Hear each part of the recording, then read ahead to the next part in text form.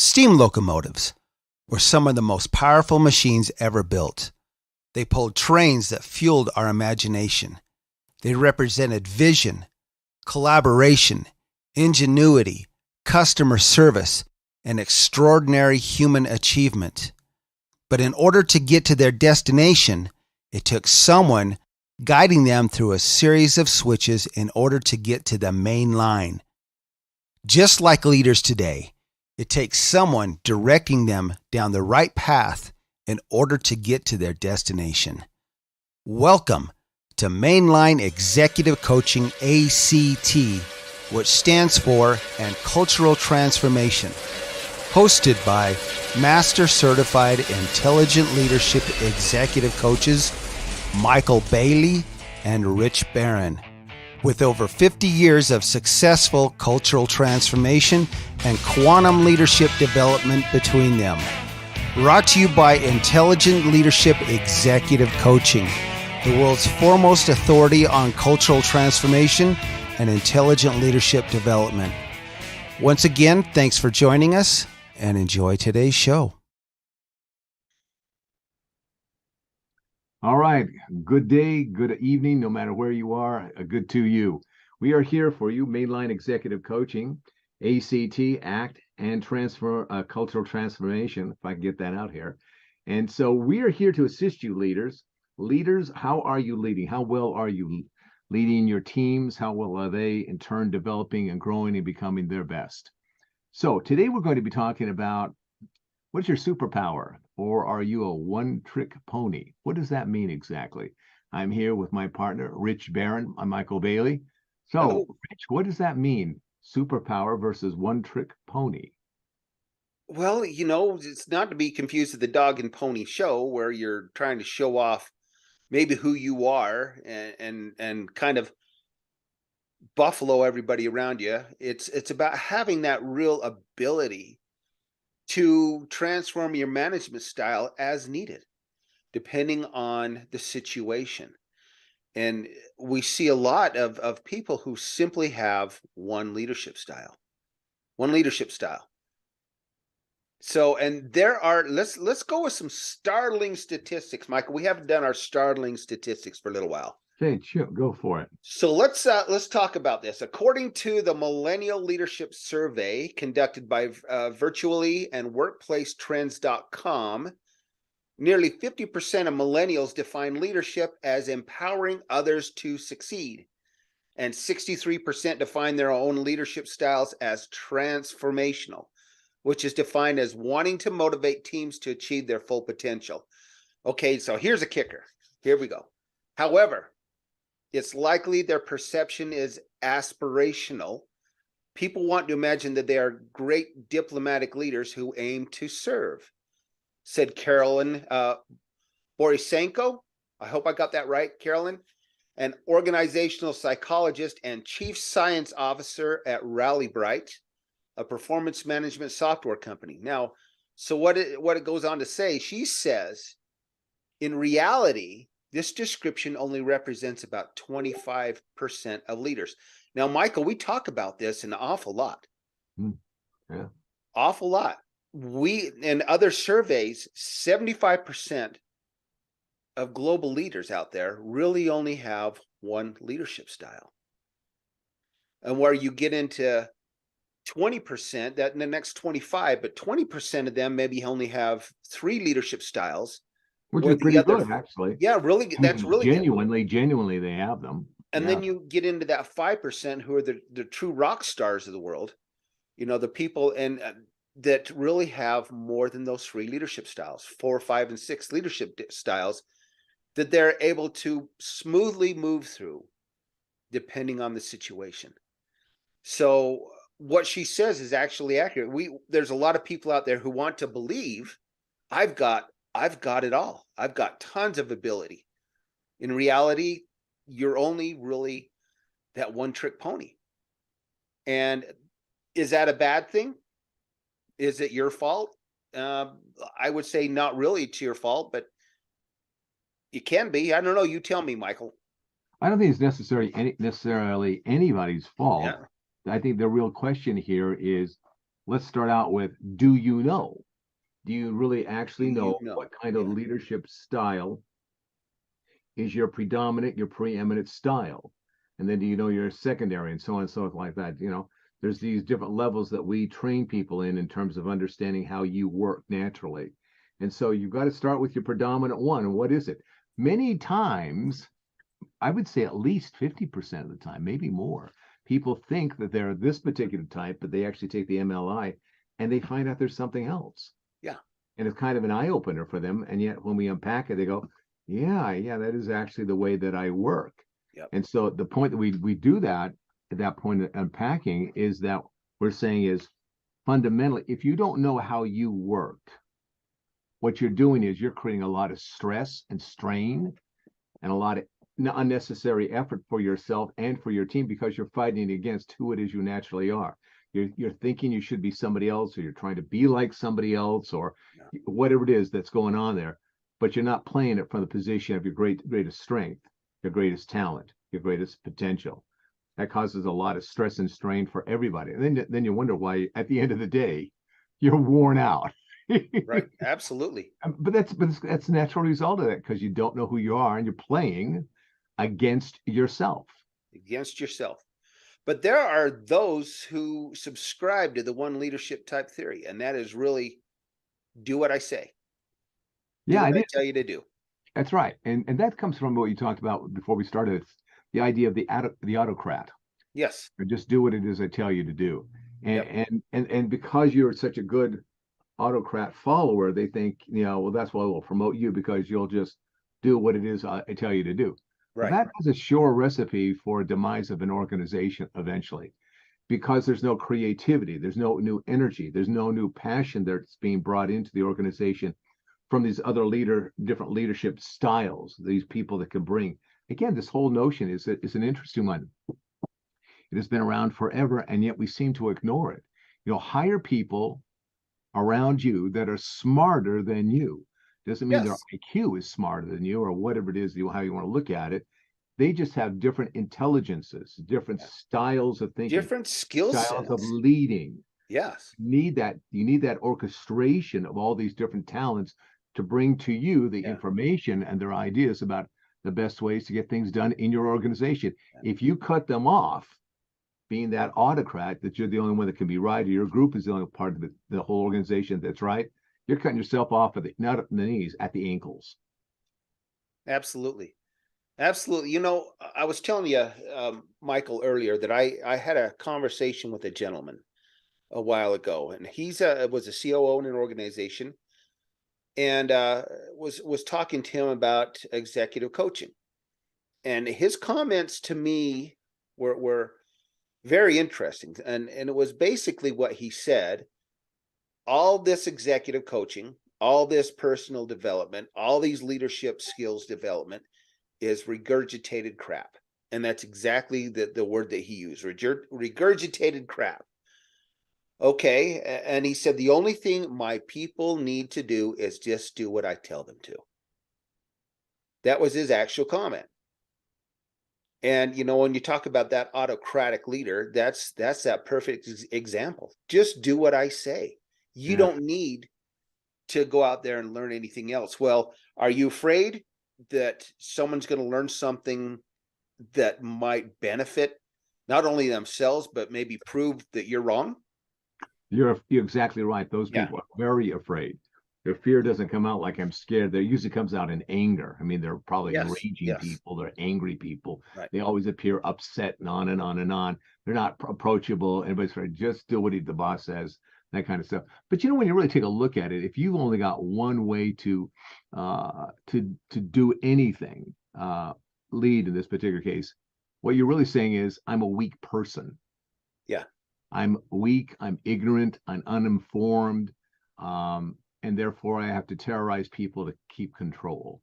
That person is not strong. They may be strong in anger, strong in rage, and their ability to dominate Right. others, but that doesn't mean that they're really a strong leader. This means they're kind of a hole. Yeah. And they may have got into that position, found out they're in way over their heads, Could be. and don't want to give up the benefits, the salary, whatever it may be, of being in that position. Yes, we know that, don't we? We do know that. Yes, we do know that. They don't want to give those things up, and so it becomes even more prominent, Yeah. if you will, even more so than just to do what I say. It becomes a very dictatorship type organization. And they think that one way of doing it, if you happen to be that kind of a person, you're probably not going to be watching this. Or if you are, you're going on, what are these people talking about? Can't be possibly be me. Well, if they are, they need to come on the podcast and let's debate. Now let's talk. Let's figure this out together here. Yeah. And that is that this kind of one way of doing it, eventually what it does is it chokes the company. Yeah. I'm telling you, we know that. We see that. We've seen it in many instances. Yeah. Sometimes it's just scandalous what people do to an organization, just so unnecessarily, just out of their own kind of selfishness. Another time they just slowly choke and extinguish the organization, all the while thinking that they're doing it right. We had somebody just the other night on training. Remember that one of the people that was on in the train that we were doing was talking about how the organization had gone through a tremendous change because of poor leadership. Poor leadership. They were attempting to rebound. And I remember talking to him, said, how will you know if they're really serious about changing the organization? He said, well, I think they're doing it now because they're doing this and this and that. Well, I said, well, watch them over time to see if they don't rubber band back into their comfort zone. Right. And apparently they have, because now they're putting all these demands on people, unfair, unreasonable expectations on performance. They're just burning people out. You might as well just put some lighter fluid on them and light them up and just burn them up. Absolutely. That's that autocratic individual that just at some point, it's not about you, it's all about me, and you better do what it is. That's the worst kind of way of doing it. So what we're suggesting is there's many more options that you have as a leader. You don't have to be that kind of leader, nor do you have to fall behind, lockstep behind these leaders. We've got an article that talks about 5 different kind of leadership roles that you can be in. We approach it from a much even bigger and more expanded point of view, that there's actually 9 types of leadership styles. When we take a look at that, Rich, why is it important, number one, to understand that there are these 9 different leadership styles and not just get really good at one of them, but learn how to use, your own natural inclinations to develop a whole lot more than just that one? Why is that important from the way we see it? Well, the fact is, every single one of us exhibit all 9 of these leadership traits. We have them all, but we don't all hit on the same ones at the same time, or the same maturity, if you will, or same confidence level, or the same level of using that type of leadership skill. So it's important to understand where you enter from, not just what these skills are, but where you enter from and how you can move through the other 8, if you will. And most times, most people don't get to that other 8. They don't. No, they don't. And it's not necessary to, because you all work in a different way. But what is necessary is to find out where your strengths and gaps lie in more than one leadership style. You'll never progress to that 25% if you do not. You'll be stuck in that 75%, where we see burnout, where we see a lot of problems with emerging leaders. We see a lot of problems with even leaders coming up through us saying, well, this guy did it this way, so I've got to do it this way, so you're just going to do what I say and we're going to get it done. It doesn't work. It doesn't work for your culture of your organization. It doesn't work for you. It doesn't work for your career. It doesn't work for the people that work for you. Yeah, just because some guy on the team can do 350, 375 in terms of their batting, and they happen to be a lefty hitter. Yeah. Doesn't mean everybody's got to now become a lefty hitter. There could still be people that bat right and be great at it. Same absolutely. way. I mean, just kind of the thing, just because the boss wears a 3-piece suit that's even around anymore, doesn't mean everybody has to start wearing a 3-piece suit. Whatever it may be. This mimicking or mimicry in terms of leadership has its place, but it is not the dominant way to teach, or the predominant way, or the best way to teach leadership. No. And a lot of people get caught up into that. I just got to do what the other guy does. And what they end up doing is it's terrible. You just can't do that. You just can't do that. So what do we suggest to folks? I mean, again, you're out there watching, and we're saying, don't do that over here. Go over here and do this. Find out how you are your best, that their potential is a lot more amazing. You're not a one-trick pony. Yeah. You know, you may as somebody who performs well, you may have that superpower. That superpower does not necessarily translate into leadership power. Yeah. That's a whole different door. It's a whole different world to get into. And if you think that just you're really great at this particular thing and that will automatically go into that, you're probably setting yourself up for burnout. Right. Absolutely. Quitting ceilings. You know? Absolutely. So we can help you with that. We say it time and time again. It's a transformational thing just to go through, eye-opening, that is, to take this MLEI and have us then unpack it for you. It really is. It's an amazing thing every time we do this. And to see, one of the things that I notice is this, Rich, that as we go through this, you can see people's eyes light up. Yeah. Yeah, that's me. That is how I work. That is how I do things. That's when I am at my best. Their countenance really changes just in the saying, here's the truth about you as a leader. You know, it's interesting that Steve Jobs took this same assessment and used John Mattone as an executive coach later in his life. One of the comments he made to John is, I wish I'd have known this in my 30s. I wish I'd have known this, what I'm finding out about myself now, 20 years ago. Things could have been different. That's how it is for you. This assessment we're talking about, it starts at the inner core.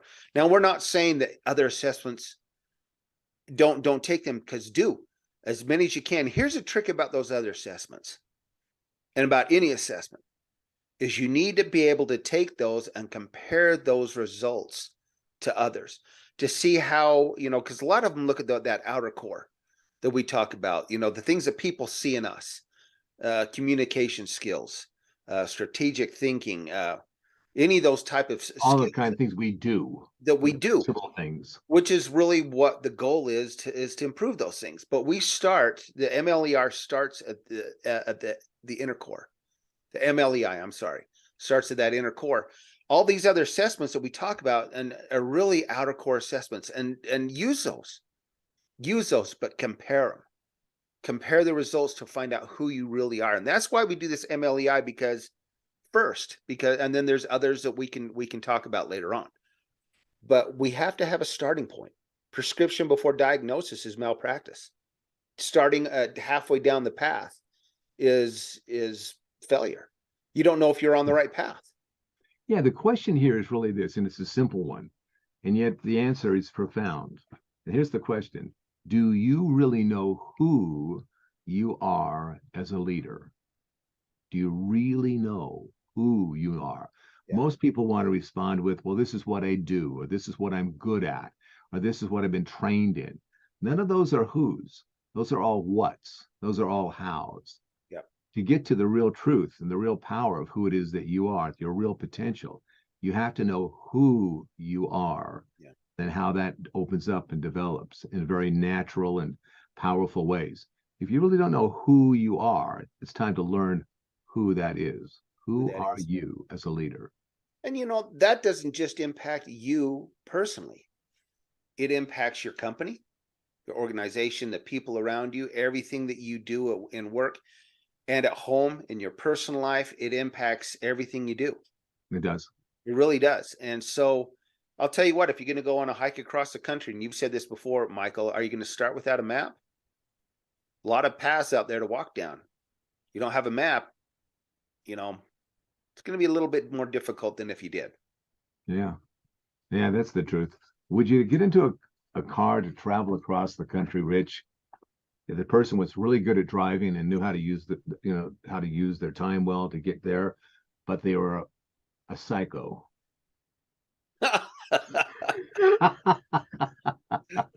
Well, so, yeah, it's the point. They've got the skills. Yeah. Who they are is not a good thing. No, they're